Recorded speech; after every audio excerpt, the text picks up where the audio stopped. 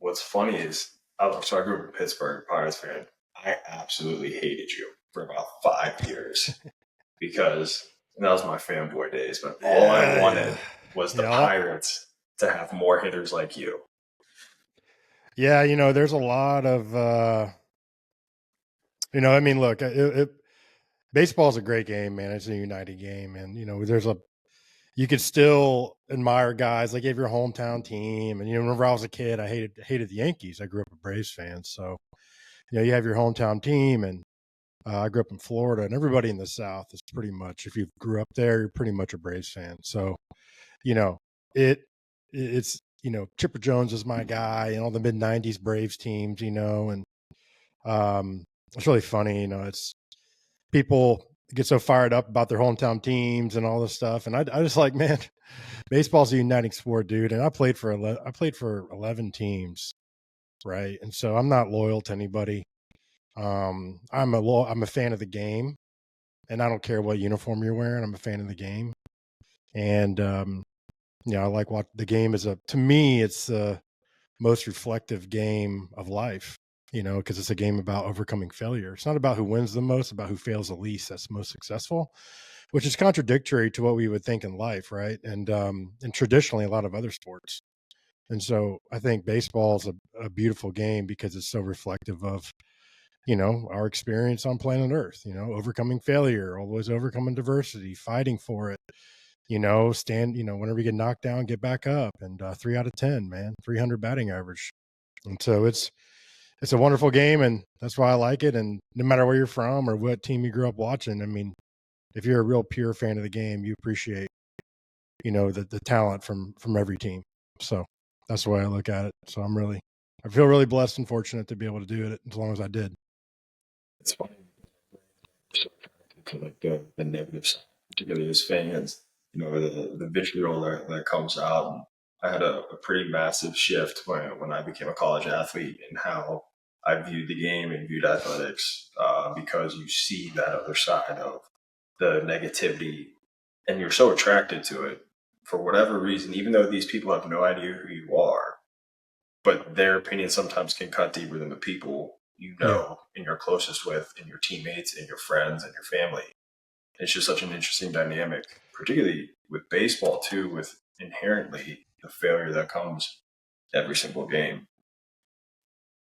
How Yeah. I did mean, look, you go dude, ahead? you're right, man. I mean, it's overcoming it's easier for me. Like, I know a lot of guys, a lot of business people now that they only hire former athletes.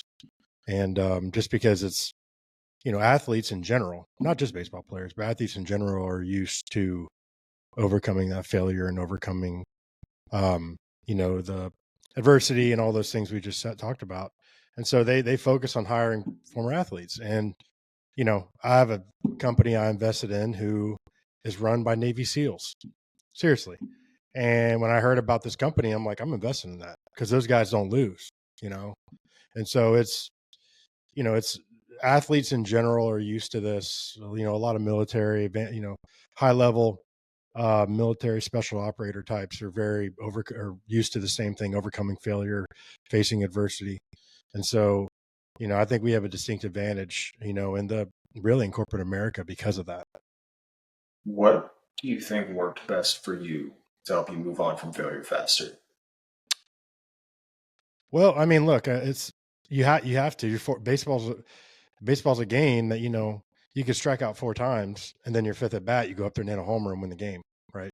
And so it's so important. I remember my college coach told me that one time. I was real hot all year, and we went to a series. We were actually New Mexico State University, of all places, and we were out there. I struck out 2 or 3 times, and he goes, "Hey, you got one more at bat. Don't waste it." And I went up there and hit a homer.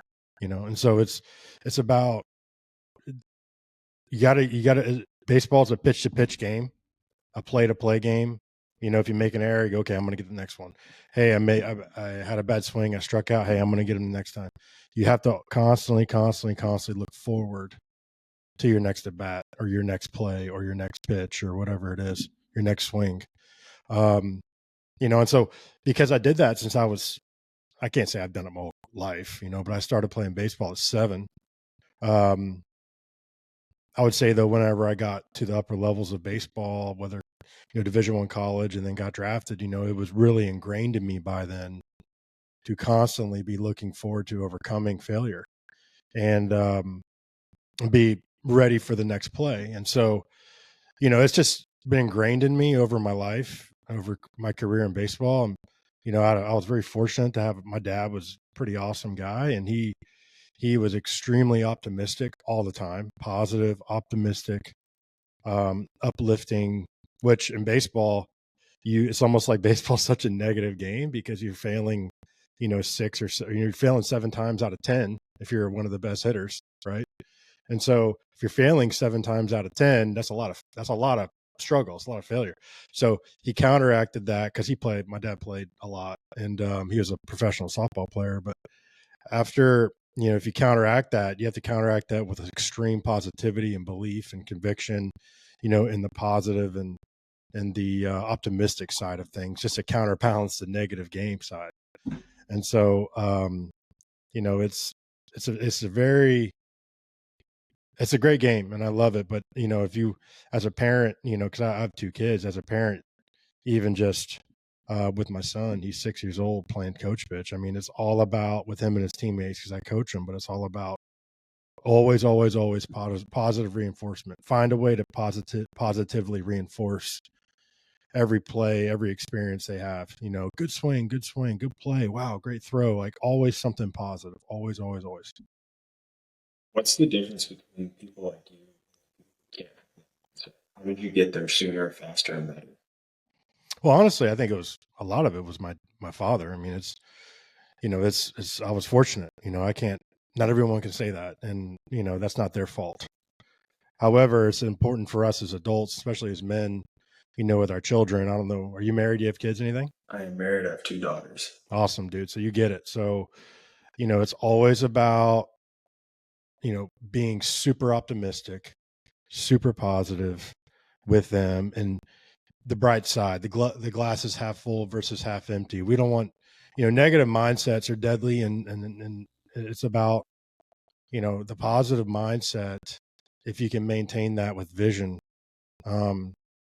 it's difficult. Look, it's hard, and I have an advantage because I had a father that did that with me, and I do that with my children now. Always the bright side. Always the bright side.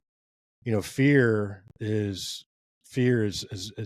obviously negative, but fear is debilitating. And there's a famous quote. I think Babe Ruth said it or somebody.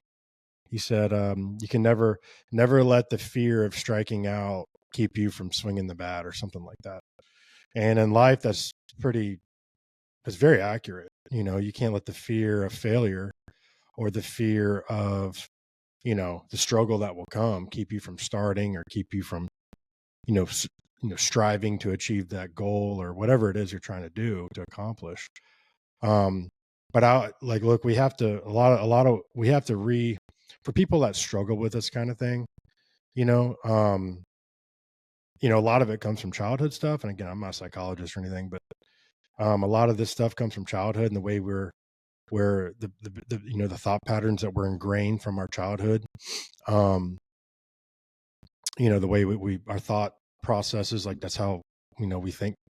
And so how we learn to think this way. So we have to reorganize our brain and really, there's a multitude of books about this kind of thing, self-help type stuff. But again, I'm not, I'm not a psychologist or anything, but I will say that we have to force ourselves.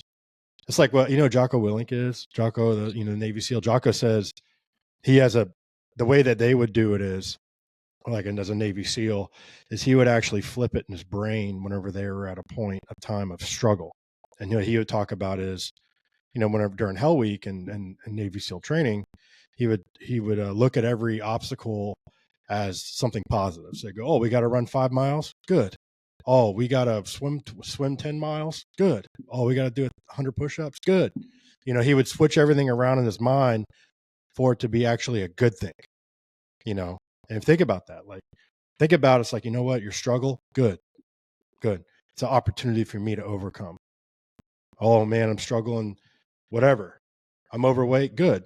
I'm going to go to the gym and I'm going to work out every single day for a month, and then we're going to see where I'm at. I'm going to show myself what I can do, or others, whoever.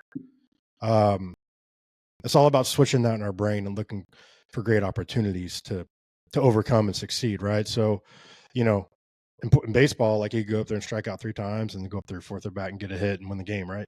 So I would always, get pissed off. I get angry after if this happened, or something bad happened early in the game and I felt like I screwed up or whatever. I would get pissed off at myself and said, "You're going to go up there and you're going to light this guy up your next bat. You're going to go take it out on him." Like I would get mad and look forward to the opportunity to go hunt that guy and that pitcher. So it's competing. It's competing. It's being a competitor, competing against yourself. And yeah, you're competing against other people on the field, but mostly you're competing against yourself. You're competing against where you are mentally. You're competing where you are spiritually. Emotionally, you're competing against that. Are you in control of your emotions, or are you letting your emotions control you? So many different ways, but I think the best part is taking that negative thing that's happened or whatever you feel like is holding you back and switching it in your mind to actually look at it as a good thing and an opportunity to overcome. Perspective switch is the big one. Learning Yep. how to give things meaning and purpose and understand them from a different lens. That's right. And I always give the example, if you want to be courageous, you need to have an opportunity to be courageous. Yep. So when something comes at you that's unfavorable or that you Yep. don't like, instead of being like, "Oh, this sucks, this is terrible," no, it's like, well, this is the price. This is what I want to be. This is what I asked for. And this is God presenting me the opportunity Yep. to now live it out. A lot of people, I'm a Christian, and a lot of people look at God like he's some kind of like, magic genie in a bottle that you rub and he just pops out and gives you whatever you prayed for, right? And that's not the deal. Like God gives us opportunity. He gives us opportunities to achieve things. He didn't just snap his fingers and just go bam, lightning bolt. Okay, now you're rich. He gives you the opportunity to work hard. He gives you the opportunity to serve someone else. He gives you the opportunity to, whatever. Like it's all about the opportunity. He places, God, make me stronger. Okay, so he gives you an opportunity through a situation to make you stronger, right? He gives you, God, make me a better husband. He he allows your wife to challenge you or come at you, and you sit there and be humble and be a servant to her and tell her that you love her anyway, no matter what she says to you, right? And it's important as husbands and men that we do that with our wives, because our wives have a very important need to feel safe. And so what they do is they come at us and they test us through their emotions. And if we get emotional back, then we failed. If we sit there and be the mountain that their emotional waves crash against, that is how they feel safe. And I know it's weird and it doesn't make sense, but that's the way they are. My daughter's 14, and I've been married almost 15 years. So it's it's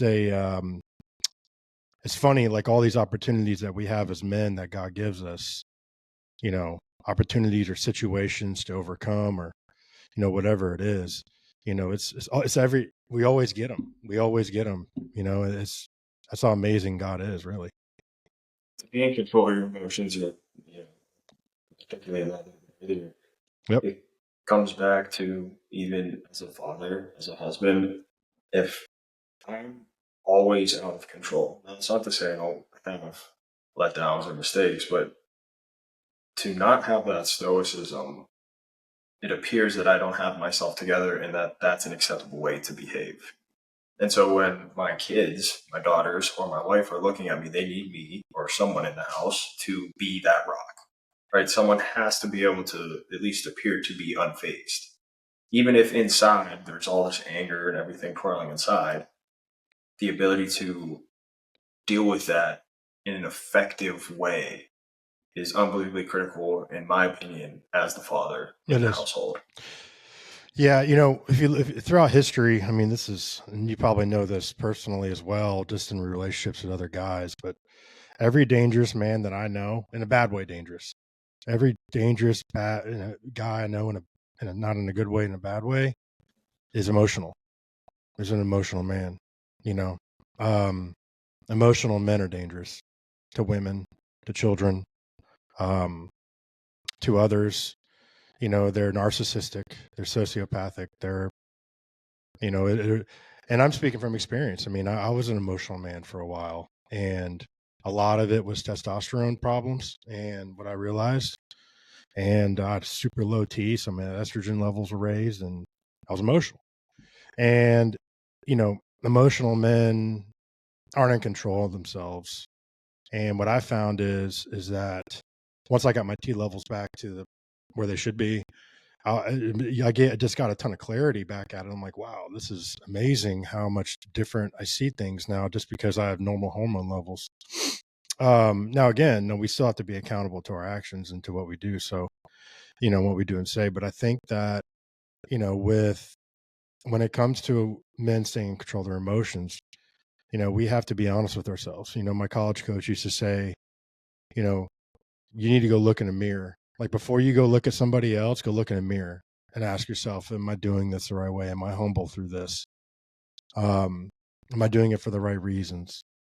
And what I found is that, whenever you're soft and you're weak as a man, women don't feel safe around you. Your wife doesn't feel safe around you. Your daughter doesn't feel safe around you, and then remember, and once again, too, like our biggest role as husbands and fathers is that we're modeling to our children, right?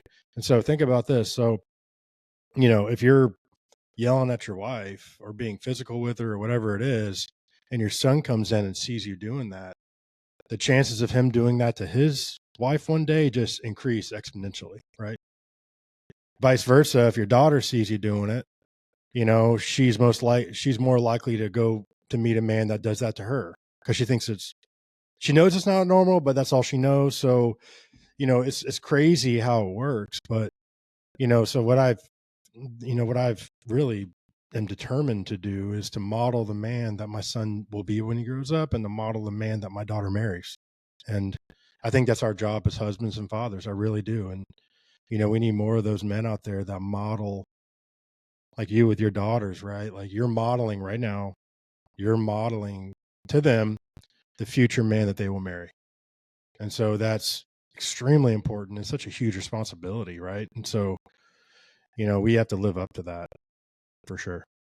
It's crazy to think that a successful professional athlete like yourself could be low on testosterone. Yeah. When did you learn that you were low on testosterone, and how did you even learn about that concept in general? My last couple of years, man, my last couple of years playing, like I think it was 20, what year was that? I think it was 21. I had a blood work done and I have, there's a service that does it for you and they go through all your levels of everything and tell you what you're low in and you can supplement it with this and blah, blah, blah, blah. And my my testosterone, no, I'm not kidding you, was 280. And Wow. I said, what the heck? I'm a professional athlete. I'm lifting 5 days a week. What's the problem here? Now, majority of that was probably stress. I mean, baseball is a stressful game. Um, but my body had been hurt and injured for 3 or 4 years and I hadn't fixed it. So I think it was really stressed out and that could have been some of it. But again, I mean, if you look just historically over the past 20, 30 years, testosterone levels have plummeted in general across, the men's population. For what reason? For the reason why, like, I don't know. Could it be stuff in our food? Could it be environmental issues? Like, I don't know. Lack of sleep, maybe stress, radiation from phones. I mean, who knows, right? So I don't know, but the science is there. And since I've retired, I've supplemented. I've gotten on testosterone to get me back to my normal levels, and it's been like, dude, like a night and day thing, man. It's been crazy how much different I feel, how much better I feel now. I think better. My emotions are like really regulated. It's game changer, man. Like game changer. I think Like low testosterone Yeah, I feel in like it's general. just, I feel like in general, it's just not talked about enough in the health community. Even with athletes, I think athletes, we just assume that everyone has high testosterone because we work out constantly. But in your Yeah. case, exactly, it's not always Well, I mean, true. look, there's a ton of science behind this, and don't listen to me. Like, go search it on the internet. There's been several studies. I don't know how many, but many studies done on this issue, and like I said, if you're a conspiracy theorist, it's like, okay, they're doing it on purpose, you know. But if you look at what JFK, or excuse me, JFK, Robert RFK is doing, he's coming in and he's going straight for all the junk in our food and all the dyes and all these things, which I think is amazing. And because I do think that this stuff is does contribute to a lot of these issues. What we eat directly contributes with it. Now, again, there could be some factors associated with all our technology and the radiation it puts off or whatever.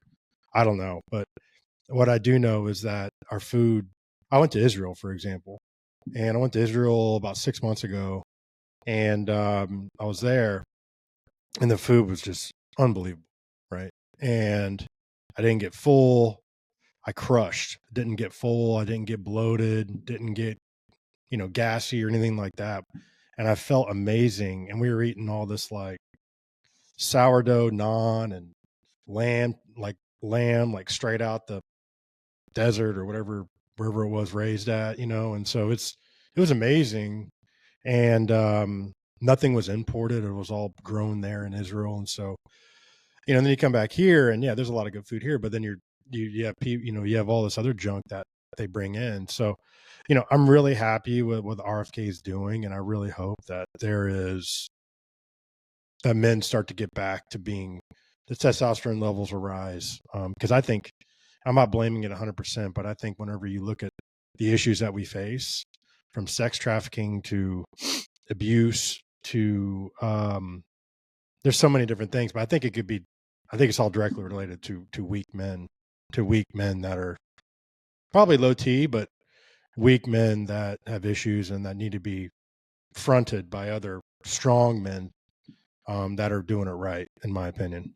So Have you always been this open about conservative? no, no, definitely not. In baseball, we're taught that really sports in general, as a professional athlete, that you don't talk about politics, but yet they politicize us, right? They tell us to kneel for the anthem. You know what else? We got to celebrate drag queen night on the field, and I'm like, no, I don't want to be celebrate drag queen night. That's nasty, And so, like, there's no room for that. Like, you got 6-year-olds in the stands that are seeing these dudes walk out half naked, with their junk hanging out. You serious? And so it's so inappropriate. And my son's 6 years old. He plays coach pitch baseball. There shouldn't there's no place for that at a baseball game.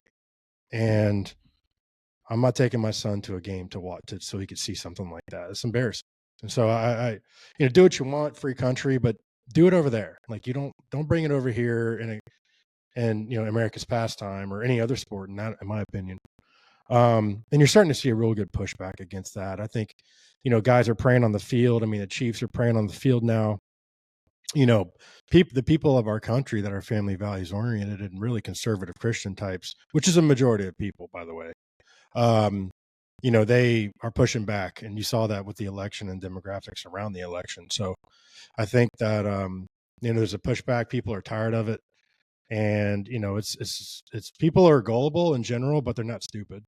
And I think that they're sick and tired of having this stuff forced upon us or forced upon them and kind of shoved down our throat. I mean, dude, we want to raise our children, go to church, love our wives. If you want to be gay, be gay. No one cares. Just go be gay by yourself. Like, don't throw it on don't force this weird stuff on our kids. Just let us raise our children. You go do your thing, like, be an adult, whatever, but keep kids out of it, man. Be an adult. Like, go be an adult, do whatever you do. I don't have a problem with that. I have good friends of mine that are gay. I don't care. No one cares, you know. But whenever you bring on your ideology and you try to force it on other people, especially with people's children, there's a problem with that. And you're not going to do that to the majority of people in this country, especially parents. So I'm very passionate about it. I try to think I'm decently educated on everything. I don't know everything about everything. And if I don't know something, I'll say I don't know something.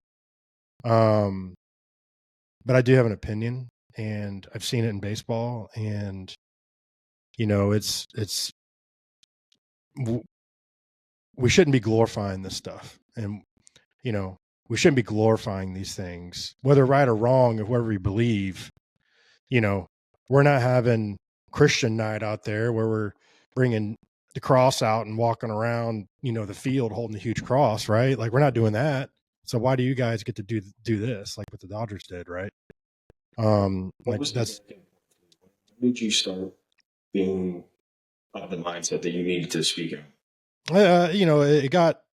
it was around the election, and I've been thinking about this for a while, and I had to make the determination based on my baseball coaching career, because I actually considered for a long time getting back into pro ball, and I had multiple options to do so. I had offers to do so, to coach, and it was a lot of praying about it, a lot of back and forth and discussions and thoughts, and just the one thing, like, if there's a chapter, or I think it's Revelation. It's in Revelation, and I think it's Revelation 29. I'll pull it up and read it to you in just a second here, so I can be accurate. But in Revelation 29, I think it's 29,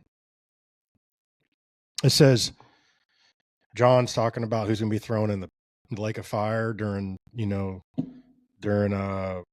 end times. The very first group of people he says will be thrown in the lake of fire he goes, but the cowardly, the unbelieving, the vile, the murderers, sexually immoral, blah, blah, blah, blah. Idolaters, liars, they will be consigned to the fiery lake of burning sulfur. But the cowardly, number one, first one. And so I was reading that, and I'd heard someone talk about it before, and I said, okay, I need to, it was around the election, and Wisconsin was a swing state, and majority of my followers, because I played in Milwaukee, are Wisconsin. And so I said, you know what? Screw it, man.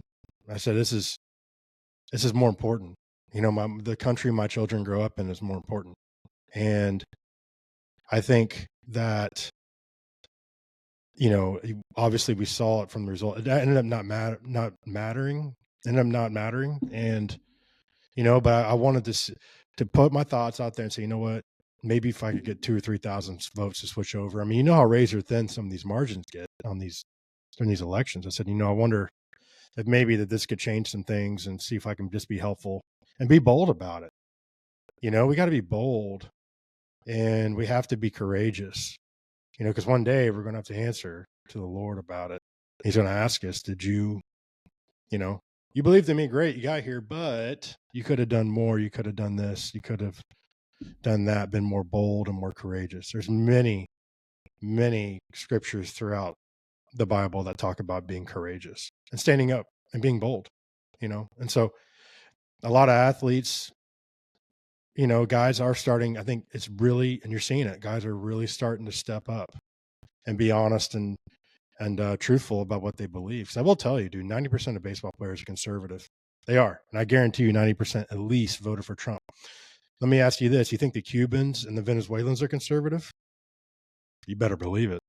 It's the second time I've heard that. One of my buddies was a pitcher for a long time, and just saw him over Thanksgiving, and he was saying the exact same thing. He's like, "You You think these bet. guys are anything other than conservative? You're crazy."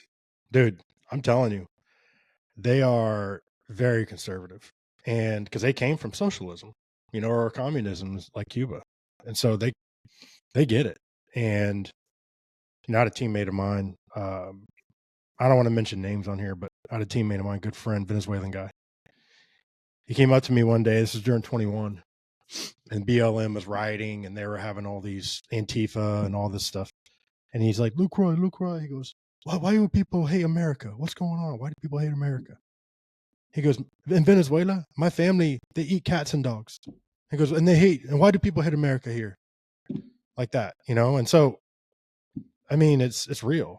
And, these people see it, and that's what they were trying to do here. I mean, it's some kind of like, you're not going to, it doesn't work. I mean, it's never worked, and it won't ever work. It's responsible for more deaths ever. If you look at, the Chinese back, when they had the Mao regime and all that. So it killed millions and millions of people. And so the Soviet Union, I mean, It doesn't work, but yet they think there's like some kind of like utopia at the end of the road. There's not. Capitalism is the only, so far, it's the only, you know, only I don't want to say ideology. That's not the right word. It's the only, capitalism is the only way so far it has lifted more people out of poverty than it has put people in poverty. And so it gives you opportunity. Again, we're going to talk about opportunities. It gives you the opportunity to work out of it through your hard work, through your ingenuity, through all those things. And so it's a beautiful, wonderful thing. So anyway, I could go on all day about this stuff, man. Why do you think conservatives for the last however many years have been afraid to speak out? Cancel culture. Cancel culture. It's been, athletes especially, like if we ever got political or something, they would, come in there and be like, hey, can't say that. Go delete your tweet from 15 years ago because you said something that was inappropriate. And you're like, wait a second, dude.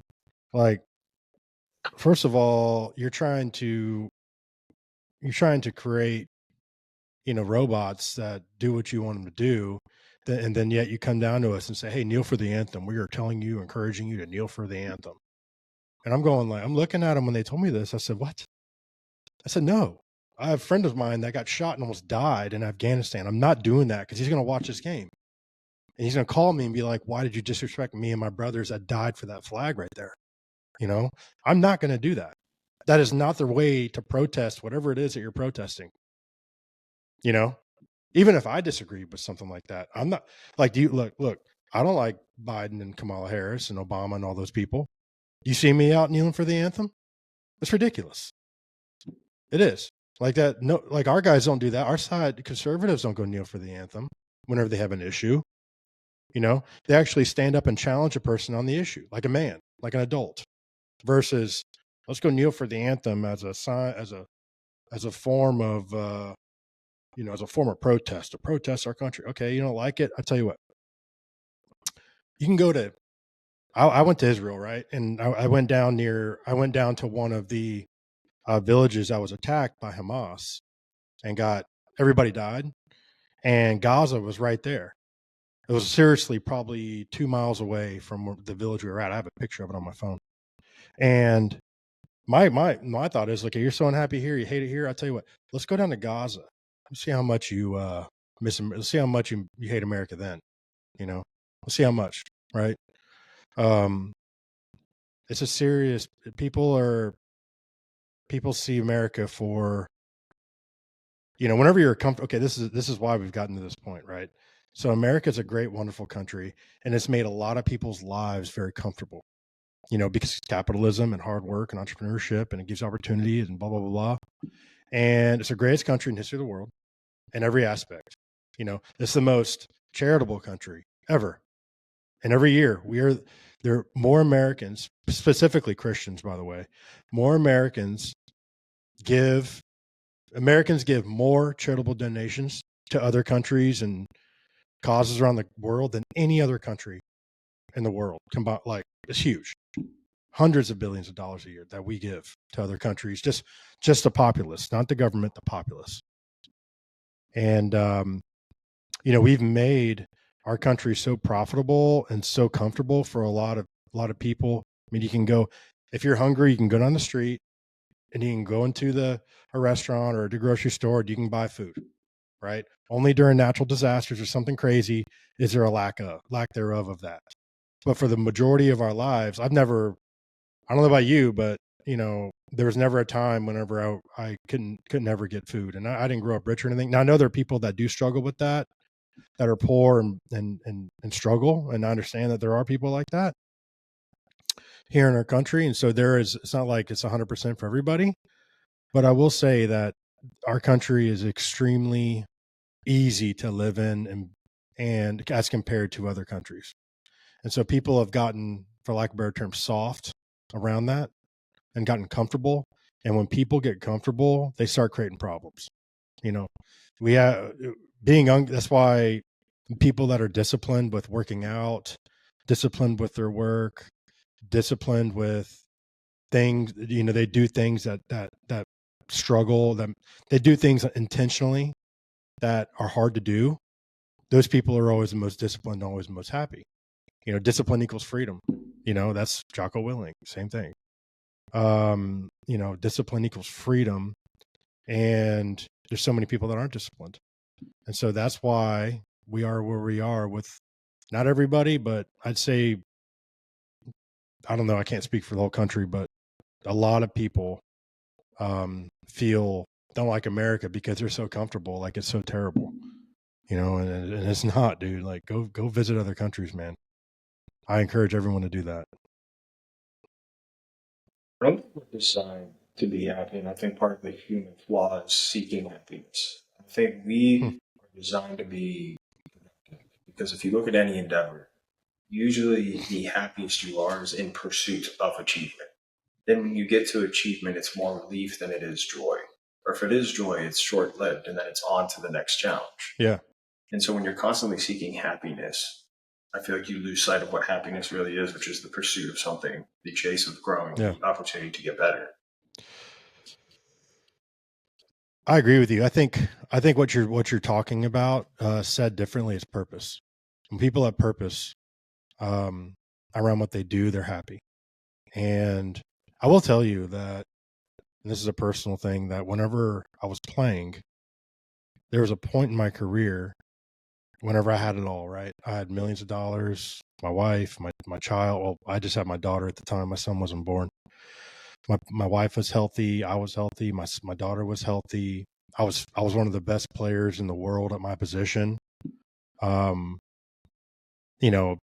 People were glorifying me everywhere I went, and I was really unhappy.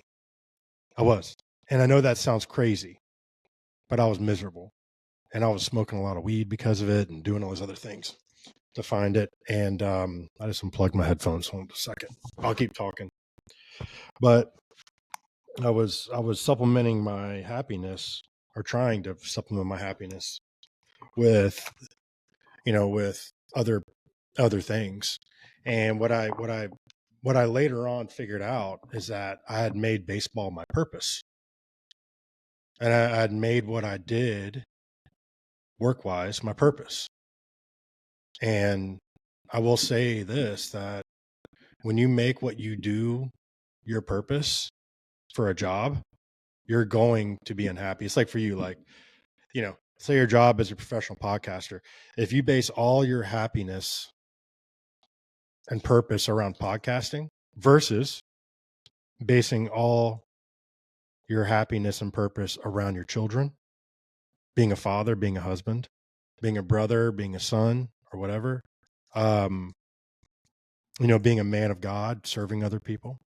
When you place your purpose in what you do and not who you are, you're going to find unhappiness, because think about it, like, we're flawed, man. Like, we're screwed up. Even, day one, Adam and Eve, day one, Adam and Eve, and they had everything. They literally met God, literally. And he said, don't eat from that tree. And they did it anyway. Eve got tempted by the devil because the devil knew he couldn't tempt Adam, right? Because Adam's a man and he's a strong and supposed to can't. So he went to Eve and emotionally tempted her. And then she went to Adam and manipulated him. And the next thing you know, here we are. Here we are.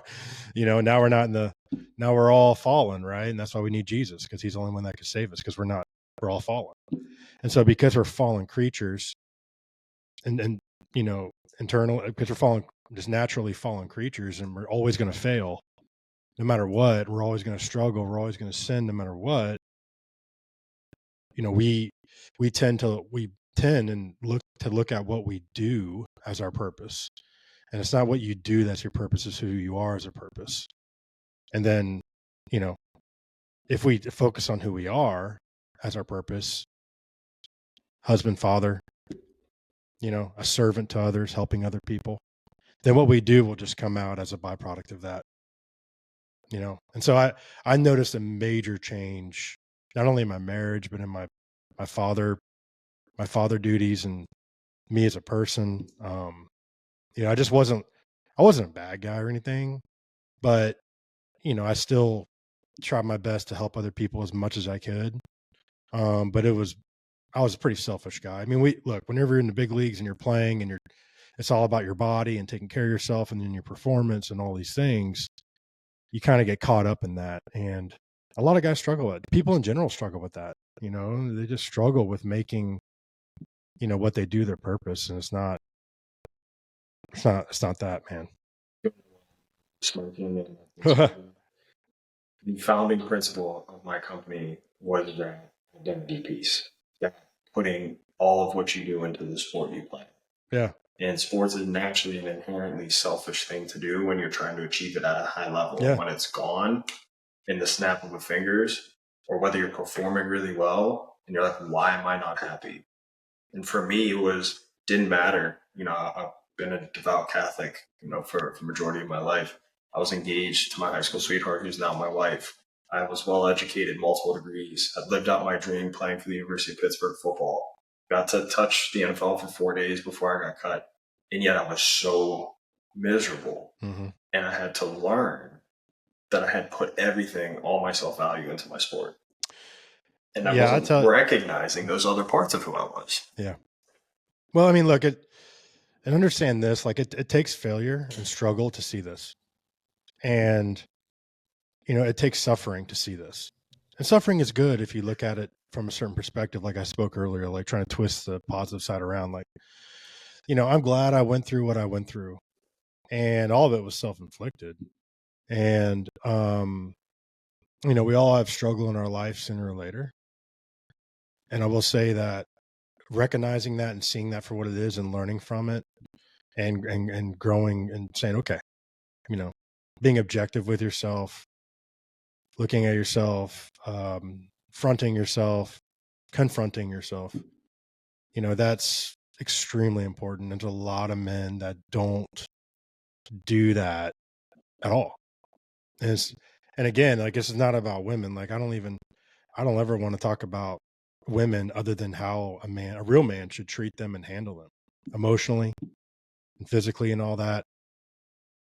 But in terms of how they think, I got no idea because I'm a man, so I don't know. So what I do know is that women inherently, without even realizing it, want a man that is this way, and they feel safe with a man that is this way.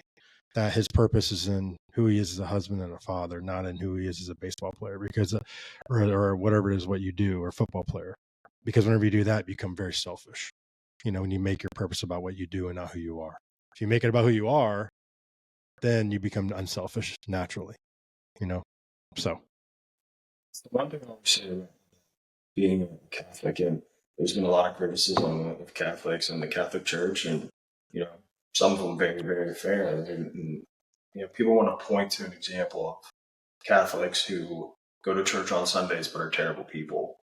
And my counter argument to that is always, well, first I want to premise too, I'm not trying to project my beliefs on anyone. This is just what I believe. This is how I live my life.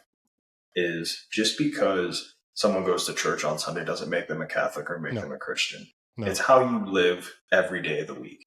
So just because there are examples of those people, they're not the pillar of what being a Christian or Catholic is supposed to be.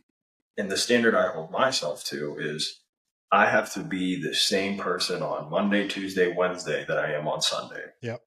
And I have to spend time in prayer, and I have to embody what it means to be a Catholic. And it's the same thing with identity. If we want to be a certain type of person, we have to embody that and we have to live it out. I can't just say I'm something and then not live it. And I think that's where a lot of discontent internally comes from, is because we're saying one thing, but we're living another. Yeah. I mean, it's multiple things about that. I'm a Christian, but I don't care. I'm a Jesus guy, man. I don't, I know a lot of Catholics. I know a lot of Christians. I know some Mormons. I'm a Jesus guy. And I don't know how anyone gets there. It's not for me to talk about how you get there, whether it's right or it's wrong, as long as you get there. And so I'm not qualified to speak on any of that stuff. So as long as you get there and that Jesus is the guy, that's all I care about, And so I think that, the number one, I heard this from a guy. He said, sometimes, most of the time, the only Bible anyone will ever read or the only Bible someone might ever read is the way that you live your life or I live my life. The number one enemy of Christians is other Christians. The number one enemy of Catholics is other Catholics, And so that's why I tell people, look, man, I'm a Jesus dude, man. Like, I don't identify with anything other than him. And so, because people, like, I know a lot of Christians that are not good, that proclaim Christians that don't act like that. They don't act like they're a Christian. I think a number one. Yep. Preach your faith and then sometimes use words. That's right. It's one of my favorite things ever because it's That's true. right, dude. That's right. 100%. It's a great quote. I'm going to steal that, but great quote. And, it's modeling. Again, this goes back to modeling. Everything we do should be in a modeling type thought process. How can I model this? What am I doing that models this for my children or for other people that may be looking for something? Not a friend of mine I played with come up to me one time. I was struggling. I sucked. Sucked. 2018. God, he was a buddy of mine on the A's and came up to me and he goes, you just struck out 3 times. Why are you so happy like that? And I'm like, look, dude, I'm a Christian, man. Like, I believe, like, I've been through so much. Like, Jesus, man. Like, am I happy about the game, my performance? No, I'm going to go work on it. But this isn't going to matter in 20 years. It's not going to matter in a year. Like, this one bad game, like, we can't let those little things get us down to a point that we're losing sleep at night and depressed. And baseball isn't our purpose.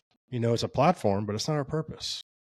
And our purpose is to help other people and to give and serve as much as we can, in whatever way that we can. That's what our purpose. It's my college coach used to say. He'd say, my greatest fear is getting to heaven and God looking at me and be like, Tony, his name was Tony Robichaux. Tony, I gave you 3,000 boys over your coaching career and you didn't tell one of them about me. He said, that is my biggest fear, is having to answer that question. And honestly, it's my fear too. Like, I don't want to go to heaven and him be disappointed in me. You kidding me? That would really suck. So I don't want that. But not be like preachy. I'm not a preachy guy. Just be open and honest about people if that situation comes up. That's it. I think the tough thing is, and with this show, I always implore people, if people disagree with what we're talking about here, please come on. Like you said earlier too, it's a free country. We're free to believe and act as we will, as long as we're respectful, of each other. But I want this show to be somewhere where people can come and have conversation. I don't believe in cancel culture. I do not care what you believe. Obviously, as long as you're not coming on here and saying, "Hey, we need to go cause a genocide." Right? Yeah. Let's be realistic. We got to be realistic about stuff. Yeah, right. We don't have time for all that. Right, but I think this is valuable because it's going to resonate with a lot of people, and there has been for a long time conservative athletes who would not speak out. And I have seen that change. I think a couple of people, you see like guys like Joey Bosa. There's some other athletes too, but obviously that on the other side has been very vocal, but it's starting to change a little bit. And I just think that's good in general for culture and for society to have both sides because it creates dialogue, it creates conversation. It's not a monopoly. Well, it's also too, if you think about it, we have to communicate freely. We have to have the ability to do so. Our country was built upon that, the Second Amendment, freedom of speech. You may agree with what I say or disagree with what I say. This is whatever you think. That's fine. And that's your right to do so, but it's also my right to call you out on it. And, or our right, whatever it is. And for you to do the same thing to me. Right. And that's okay. And I'm very hard to offend, very hard. You have to really work hard to offend me. So I think that, I'm happy it's happening. If Elon wouldn't have bought X, we'd be this would have never be even possible, because what would happen is, you know, I'd be posting some of the stuff I posted on Twitter and I'd be banned. I'd be blocked or off or whatever they would have done to me. And so whenever you start taking away people's platform to speak out in a public space, you know, that's extremely dangerous to do. And every single genocide, every single political movement historically has always done that first. And you know, the Nazis had the brown shirts, you know, that would go around and you know, they were like Antifa, like modern day Antifa, and to try to suppress people and scare them and intimidate them. You know, I mean, it's always what they do. The first thing, number one, is try to take away your ability to communicate and have free speech. And so it makes me very happy now that we can at least now we can speak out without fear of being canceled but think about it. Think about how long we were there and we were in that situation where, you know, you had to be extremely careful about what you said, because people, you know, they would blow you up, or it was just so much, man. And so it's, you know, in Australia, they were jailing people for speaking out against like the vaccine mandates and all that stuff during COVID. I mean, literally in prison. That's crazy. I mean, if you think about it, right? And so you can't even talk. You say a word against what we're doing, you're in jail. You know, I mean, seriously. So I think I'm very happy with what's happened. You know, with freedom to have communications and Discord. You know, freedom to hold other people accountable, even if someone wants to hold me accountable. That's fine. Like I feel like I'm humble enough now that if I'm wrong, I'll admit I'm wrong. I have no shame around that, right? If I'm wrong, but prove me wrong. Like bring up facts and data, prove me wrong. I would welcome that. You know, but I'm going to come on you though. I'm going to come back at you where, you know, I'm going to bring the facts and data to you as well. You know, and I think that's a healthy, dynamic, growth oriented society, right? If you think about a clubhouse, and you played in some being a football player, if you're afraid to go to your teammate to hold him accountable for a screw up or something he did wrong, that isn't a good environment and that's conducive to winning.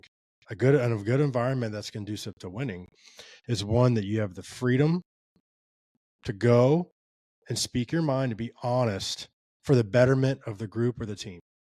And that is, in your opinion, and freedom to debate, right? And so whether you disagree or you don't, or you agree, right? And so I just said taking it only on one side, where you can't say this, you can't say that, blah blah blah blah blah. You know, only what we can say, virtue signaling stuff or whatever. You know, that's not conducive to winning. None of these people. You know, you ever notice that a lot of these left wingers, none of them ever did team sports. You know, none of them did team sports. They weren't really competitors. You know, it was more people that are selfish and people that are all about themselves. And so it's, you know, the winners in our game, the winners in our country and our world are team players, man. Team players that understand that they don't know everything, that everyone needs to play a different position that they're strong at, using a sports term. So Kansas City Chiefs.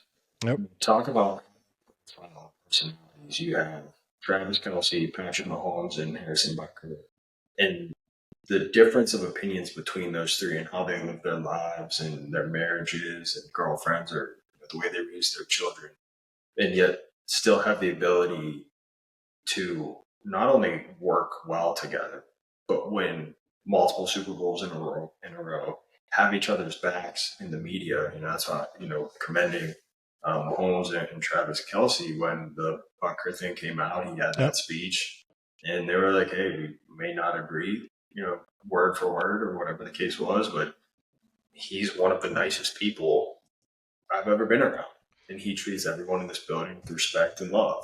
And so to see that is just so refreshing for me to see Travis Kelce, who him and Taylor Swift are on one end, Harrison Butker on the other end.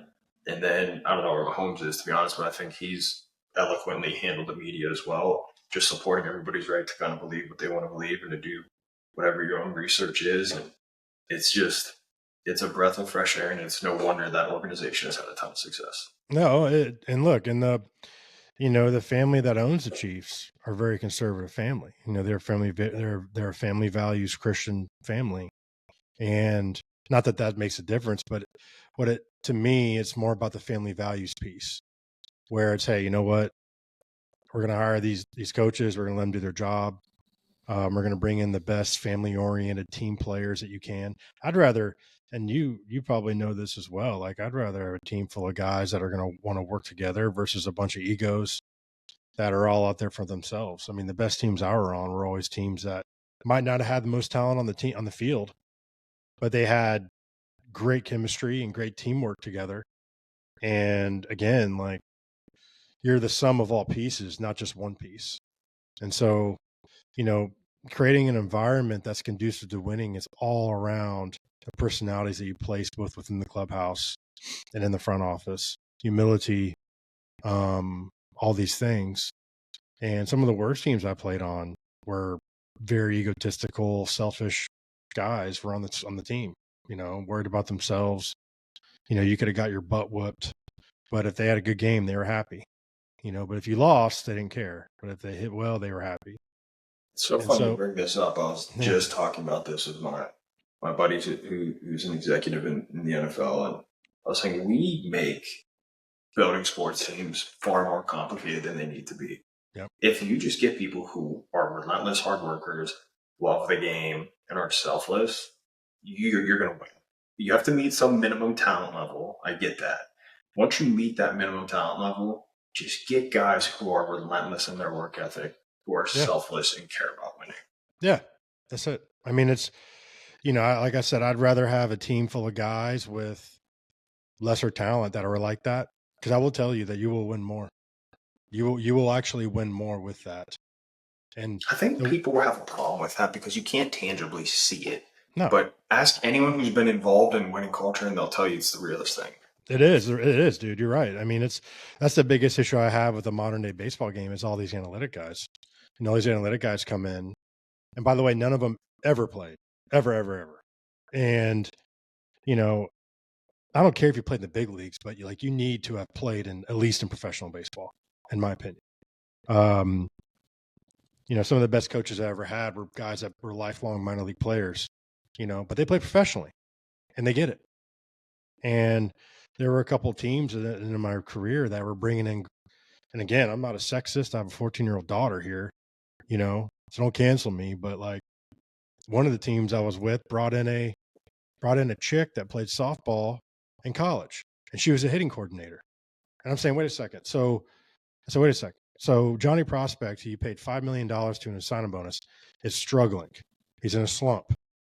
He's a high school kid. He's not mature enough to overcome this by himself. So he goes to the hitting coordinator and says, "Hey, hitting coordinator lady, whenever you played softball in college and you were in a slump, how did you get out of that slump?"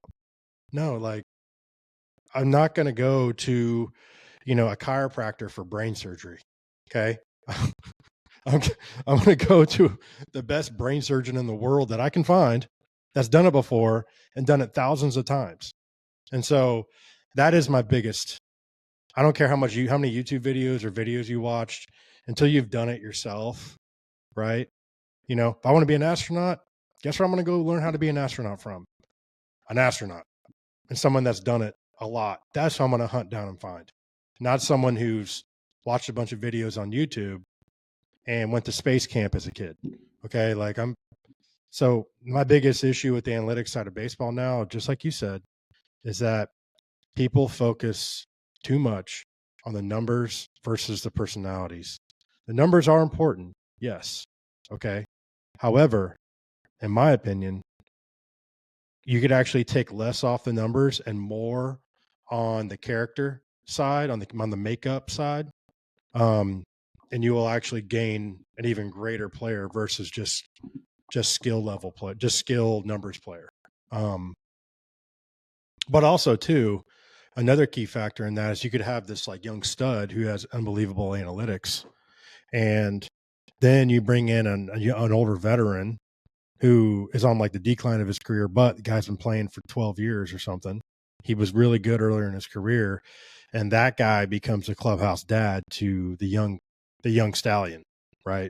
And he manages that. I mean, you have two young daughters. Think about this. Think about if you went to a candy store and you said, go at it, and you just walked out and left, right? They would go crazy. They would go crazy, right? You would need to be in there with them to manage them.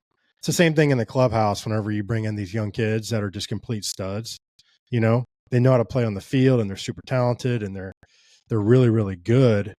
But if you don't have a clubhouse, I call them clubhouse dads. If you don't have a clubhouse dad there, or a couple of them to manage that guy, you're going to end up with bigger issues because that kid's going to get, because he's young, immature, inexperienced, he's going to get cocky. He's going to become selfish most of the time, unless if he has a father at home that regulates on him, that's different. But I've seen it a lot where these young kids come up and they're super, super, super just cocky and all these things, talented. So we would have to manage these kids and say, hey man, you need to relax, bro. Like, stay humble. Okay. Stay humble. I'm telling you, this game will humble you. Stay humble, stay all the time, every day. And so, that's one of my biggest issues in analytics. They've run a lot of the older players out of the game. And, so now you're seeing, I don't like all the pimping home runs and all the showboat stuff. I'm not like a square where we should do this straight old school. Like, I'm not that guy.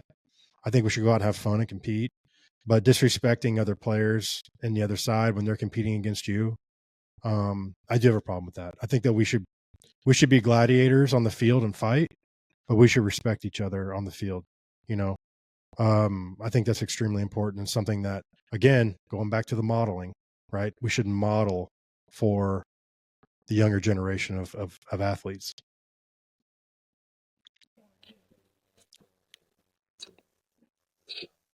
This interview is definitely nothing short of controversy, so excited to get some feedback. But can't thank you for coming on, man. If people Yeah, want to Colin, reach thanks for out to having me, man. you, they Appreciate want it. to get after you, how can they do it? Follow me on Twitter. I'm going to be launching a podcast in January. Haven't came up with a name yet, but I'm going to bring on some very interesting guests to talk, and we'll have some really cool conversations, just like this with Colin. So I'm looking forward to doing that. But if you guys can follow me on Twitter, and stay up to date, I'm going to post everything on there so you guys know where to go and where to find it. So thank you guys for listening, and I appreciate you, Colin, for having me on. I appreciate you coming on, man. And listeners, make sure to tune in next week. Thank you for tuning in this week. Download, subscribe to the podcast. Thank you guys. 5 stars only, baby.